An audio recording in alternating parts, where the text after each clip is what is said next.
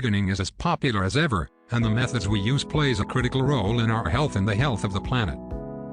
There are many different all-natural fertilizers that you can use in your garden or with potting soil. Some of these fertilizers can be made or collected at home using common items from your pantry or your backyard. Here are 8 of our favorite fertilizers for a variety of needs. 1. Grass clippings. If you have an organic lawn, make sure to collect your grass clippings to use on your gardens. Half an inch to an inch of grass clippings makes a great weed-blocking mulch, and it is also rich in nitrogen, which is an essential nutrient for most plants. 2. Weeds. Just like grass clippings, many of the weeds that you'll find in your gardens are very high in nitrogen and will make an excellent fertilizer. The problem is, once you've pulled the weeds, you certainly won't want to put them back in the garden because any seeds will sprout and make new weeds. The solution? Make weed tea. To do this, fill a 5-gallon bucket no more than 1/4 full with weeds that you've pulled.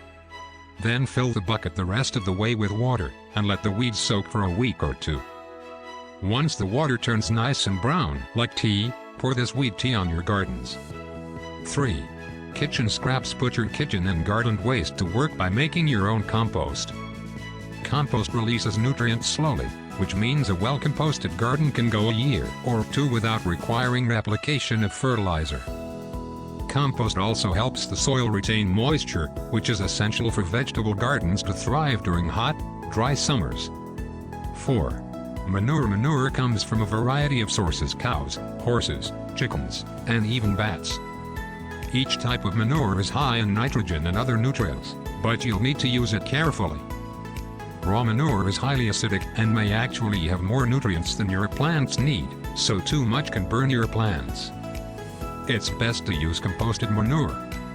Since it is less nutrient-dense and acidic, you can use more of it to improve your soil's water retention without risking your plants.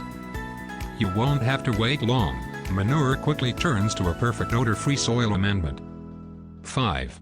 Tree leaves. Rather than bagging up the fall leaves and putting them out on your curb, collect them for your gardens instead. Leaves are rich with trace minerals. They attract earthworms, they retain moisture, and they'll help make heavy soils lighter. You can use leaves in 2 ways, either till them into your soil or mix crushed leaves into potting soil, or use them as a mulch to both fertilize your plants and keep weeds down. 6. Coffee grounds. Coffee grounds come with a lot of uses, but one of their best is as a fertilizer.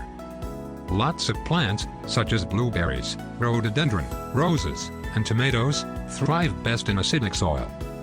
Recycle your coffee grounds to help acidify your soil. There are a couple of ways to do this. You can either top dress by sprinkling the used grounds over the surface of the soil, or you can make coffee to pour on your gardens. Soak up to 6 cups of used coffee grounds for up to a week to make garden coffee, then use it to water your acid-loving plants. 7.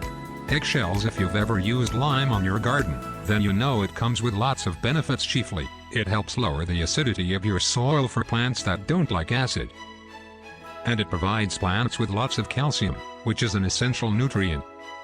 Lime itself is an all-natural fertilizer that you can buy at the garden center, but if you'd rather save some money, there is a cheaper way to get the same benefits. Simply wash out the eggshells from your kitchen, save them, and crush them to use in your garden. It turns out that eggshells are 93% calcium carbonate, which is the scientific name for limeade. Banana peels. We eat bananas for their potassium, and roses love potassium too. Simply bury peels in a hole alongside the rose bush so they can compost naturally. As the rose grows, bury the peels into the soil's top layer. Both of these approaches will provide much needed potassium for the plant's proper growth.